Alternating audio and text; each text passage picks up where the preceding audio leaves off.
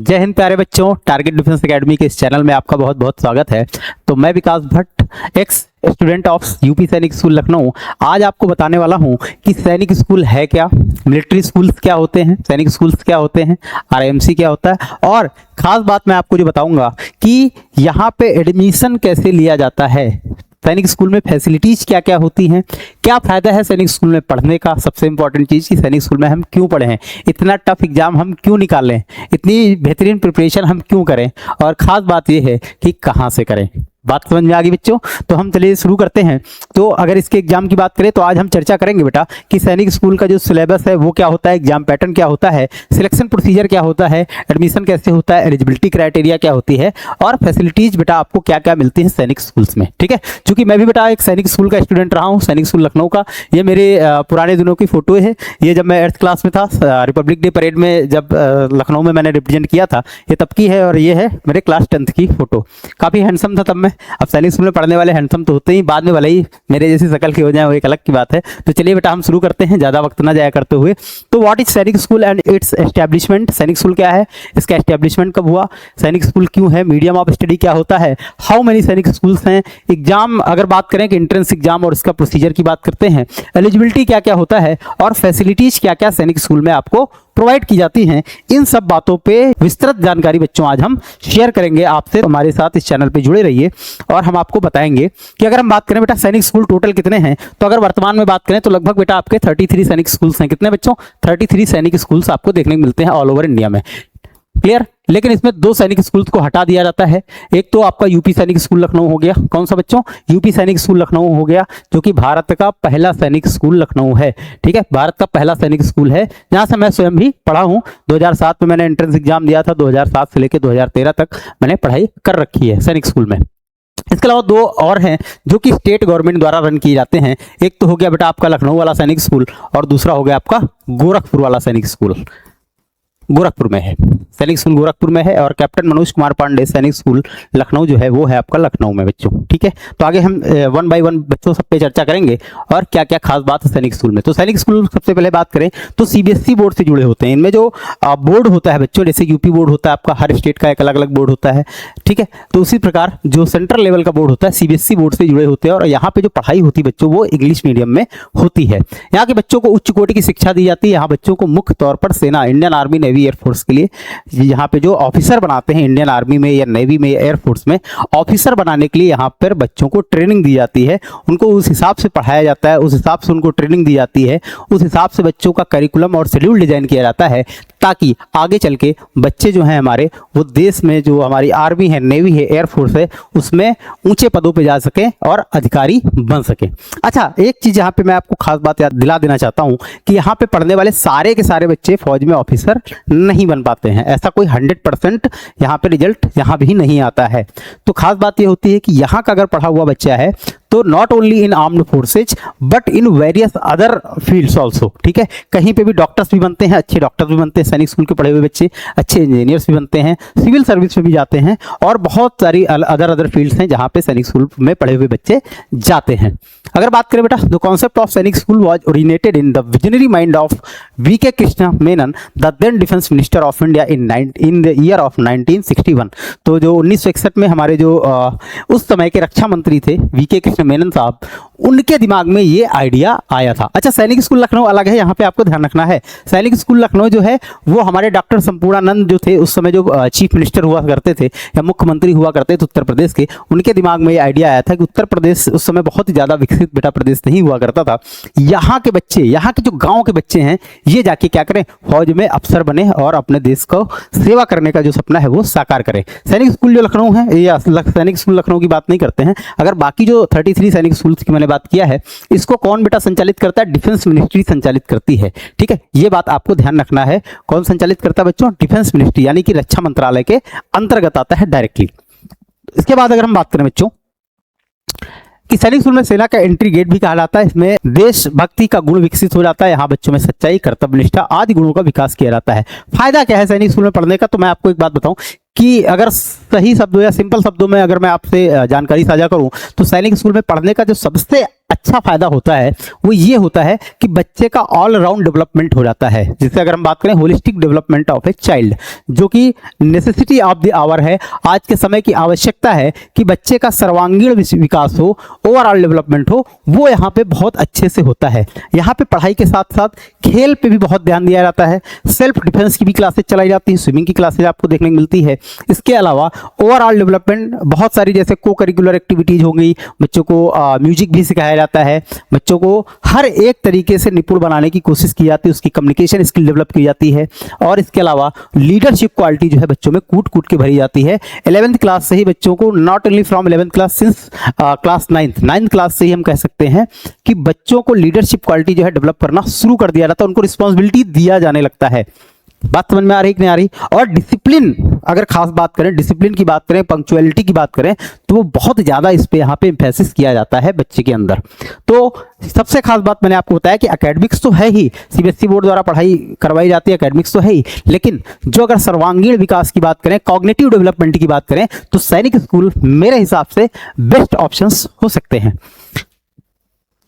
AISE, अब इसका exam कैसे होता है, तो जिसके लिए मैं ये मेन वीडियो बना रहा हूँ, सैनिक स्कूल की तारीफ करने के लिए सिर्फ मैं ये वीडियो नहीं बना रहा हूँ, मैं आपको पूरा पैटर्न बताने वाला हूँ कि इसका एग्जाम कैसे होता है। तो ऑल इंडिया सैनिक स्कूल एंट्रेंस एग्जाम जो है, ठीक है, इसके अलावा क्या होता है, नेशनल टेस्टिंग एजेंसी जो है इस एग्जाम को कंडक्ट करवाती है under the guidance of all India सैनिक स्कूल एंट्रेंस एग्जाम के थ्रू, ठीक है। रिटन एग्जाम होता है बच्चों, इसमें कैसा होता है, रिटन एग्जाम होता है, मतलब आपका ऑनलाइन एग्जाम नहीं होगा, सीबीटी बेस्ड एग्जाम नहीं होगा, ऑफलाइन एग्जाम होगा। OMR शीट आपको मिलेगी और जो ऑप्शन क्वेश्चंस होंगे बेटा वो कैसे होंगे, ऑब्जेक्टिव टाइप्स के क्वेश्चंस आपको देखने को मिलेंगे, मतलब OMR रहती है, उसमें फिल करना रहता है कि कौन सा आंसर सही है। मेडिकल एग्जाम होगा, अगर मान लिया बच्चे ने रिटन एग्जाम पास कर लिया है, ये तो रहा रिटन एग्जाम, ठीक है, रिटन एग्जाम मान लिया बच्चे का क्लियर हो गया, उसके बाद उसका बच्चे का क्या होगा बच्चों, मेडिकल टेस्ट होगा, वो भी मान लिया पास कर लिया, इंटरव्यू फिर उसके बाद होगा। मेडिकल में क्या क्या देखते हैं, मैंने इसके लिए मैं आपको एक सेपरेट वीडियो बना के बताऊंगा कि सैनिक स्कूल का जो मेडिकल होता है वो कैसे होता है, ठीक है। तो अभी के लिए फिलहाल इतना समझ लीजिए कि मेडिकल एग्जाम होता है, उसके बाद इंटरव्यू होता है। अब सैनिक स्कूल का जो इंटरव्यू होता है वो भी, इसके लिए भी मुझे एक सेपरेट वीडियो बनानी पड़ेगी, अभी के लिए इतना समझ लीजिए कि आपका इंटरव्यू होता है, साक्षात्कार होता है। उसके बाद बच्चों क्या होता है, फाइनल मेरिट लिस्ट जो है अनाउंस कर दी जाती है और जितने बच्चों का सिलेक्शन होता है तो प्रेफरेंस के हिसाब से आपको एडमिशन मिल जाता है। अब इसके बाद अगर हम बात करें कि इसका जो एग्जाम पैटर्न है वो कैसे होता है, तो ध्यान समझिएगा, यहाँ क्लास 6 के लिए जो एग्जाम पैटर्न है वो अलग है, क्लास 9th के लिए जो एग्जाम पैटर्न है वो थोड़ा सा अलग है। अब देखते हैं क्या क्या रहता है। तो सबसे पहले इसमें मैथ्स आता है। मैथ्स बहुत इंपॉर्टेंट रोल प्ले करता है सैनिक स्कूल के एंट्रेंस एग्जाम में। अगर हम बात करें तो मैथ्स के लगभग बच्चों आपको 50 क्वेश्चन देखने को मिलेंगे। हर एक क्वेश्चन का जो नंबर होता है वो 3 नंबर का होता है क्वेश्चन, और 150 मार्क्स का मैथ्स आती है। इसके अलावा जीके रहता है जिसमें जीएस और एसएसटी आती है। इस पर 25 क्वेश्चन होते हैं। हर एक क्वेश्चन जो होता है वो वेटेज कैरी करता है 2 मार्क्स का, और 50 मार्क्स का होता है टोटल। इंटेलिजेंस टेस्ट होता है जिसको हम बोलते हैं रीजनिंग। क्या बोलते हैं बच्चों? रीजनिंग बोलते हैं, ठीक है। तो वो वाला टेस्ट होता है, उसके भी लगभग 25 क्वेश्चन होते हैं। हर एक क्वेश्चन का वेटेज 2 मार्क्स का होता है और 50 मार्क्स टोटल कैरी करता है। लैंग्वेज की बात करें तो वहाँ कई सारी लैंग्वेज, जब आप बेटा फॉर्म भरोगे तो वहाँ पे कई सारी लैंग्वेज दी रहती हैं, जैसे कि आपकी हो गई हिंदी, हो गई इंग्लिश, हो गई, इसके अलावा उड़िया हो गई, तमिल हो गई, कई सारी होती जहाँ पे आप जाना चाहते हैं, ठीक है। उन 12 लैंग्वेजेस होती है, उनमें से कोई एक लैंग्वेज आपको चुनना होता है। उसका भी पेपर होता है और उसके भी क्वेश्चन कितने होते हैं? 25 क्वेश्चन होते हैं। हर एक क्वेश्चन का जो वेटेज होता है 2 मार्क्स का होता है, 50 नंबर्स का टोटल होता है। तो अगर बात करें बेटा तो टोटल 125 क्वेश्चन होते हैं, और पूर्णांक की बात करें तो 300 का वेटेज होता है। आई होप आपको ये बात समझ में आ गई होगी। ये तो रहा बेटा आपका क्लास 6 के लिए। किसके लिए बच्चों? क्लास 6 के लिए। अगर हम बात करें क्लास 9th के एग्जाम के लिए बात करें अगर, तो उसके पहले हम आपको बता देना चाहें कि जो हमारा टारगेट डिफेंस एकेडमी है वो सैनिक स्कूल का एक नया बैच स्टार्ट कर रही है, और उस बैच के स्टार्ट होने की जो तारीख है बच्चों आप अपने दिमाग में रख लीजिए। वो कब है? 16 मार्च 2026। 16 मार्च से हमारा एक नया बैच स्टार्ट हो जाएगा। यहाँ पे जो हमारा टारगेट डिफेंस एकेडमी, यहाँ पे आपको खास बात देखने को मिलेगी कि यहाँ पे कई लोग ऐसे मिल जाएंगे जो खुद सैनिक स्कूल के पढ़े हुए हैं, जैसा कि मैंने खुद का बताया और मैंने आपको अपनी फोटो भी दिखा दी। इसके अलावा हमारे डायरेक्टर सर हैं और भी 1-2 टीचर्स हैं जो कि सैनिक स्कूल के ही पढ़े हुए हैं। तो अगर आप अपना सपना साकार करना चाहते हैं, अगर आप चाहते हैं कि आपका सैनिक स्कूल में आपका सिलेक्शन हो, आप चाहते हैं कि अपने बच्चे को सैनिक स्कूल में पढ़ाएं, तो आप टारगेट डिफेंस एकेडमी जो है ज्वाइन कर सकते हैं।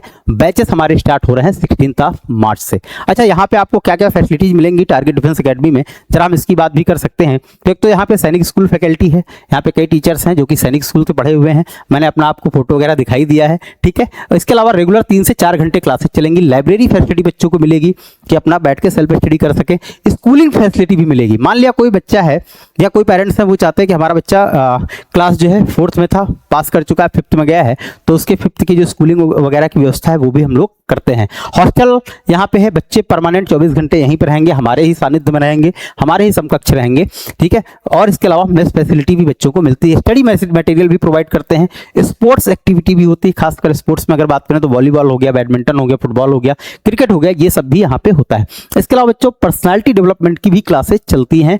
आपको कैसे बोलना है, इंटरव्यू जो होता है सैनिक स्कूल का, उसमें कैसे पार्टिसिपेट करना, उसमें कैसे बातचीत करना है, किस तरीके से क्वेश्चन पूछे जाते हैं, इन सब बातों पे भी हम लोग गौर करते हैं। Physical fitness test on daily basis बच्चों को पीटी वगैरह कराई जाएगी, क्योंकि मैं आपको एक बात बता दूं, सैनिक स्कूल में जितने भी बच्चे ज्वाइन करते हैं, आपको मैं खास बात बताऊं, आपको जानकर अचंभा होगा कि जितने भी बच्चे ज्वाइन करते हैं वहां पे आप मान के चलिए 60 to 70% बच्चे ही वहां पे एक्चुअल में सर्वाइव कर पाते हैं। उसका कारण बेटा, सबसे बड़ा जो कारण है, लोगों को लगता है कि रैगिंग होती होगी। नहीं भाई, सैनिक स्कूल में रैगिंग नहीं होती है। उसका सबसे बड़ा कारण यह है कि 50, 60 या 70% बच्चे ही बचते हैं वहां पे। उसका सबसे बड़ा कारण मैं बता दूं, वहां का जो फिजिकल स्टैंडर्ड है वो काफी हाई है। वहां बच्चा जो है कोऑर्डिनेट नहीं कर पाता है। जनरली जो होते हैं बच्चे घर पे रहते हैं, उतना ज्यादा खेलकूद में अगर ध्यान नहीं देते हैं, आउटडोर एक्टिविटीज पे ध्यान नहीं देते हैं, तो सैनिक स्कूल में टिक पाना उस बच्चे के लिए काफी मुश्किल है। तो इसीलिए जो टारगेट डिफेंस एकेडमी है वो फिजिकल फिटनेस पे भी ध्यान देती है, ताकि बच्चे को उस लायक बनाया जा सके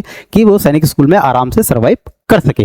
तो चलिए, हमारे बैच जो है 16 मार्च से स्टार्ट होंगे, और इसके अलावा होली का ऑफर भी दिया जाएगा। जो बच्चे होली के पहले एडमिशन ले लेते हैं, यानी 1 मार्च से 10 मार्च तक, मैं I would like to repeat कि 1 मार्च से लेके 10 मार्च के पहले जो बच्चे एडमिशन ले लेते हैं उनको डिस्काउंट भी दिया जाएगा। टारगेट डिफेंस एकेडमी की तरफ से उनको डिस्काउंट भी मिलेगा।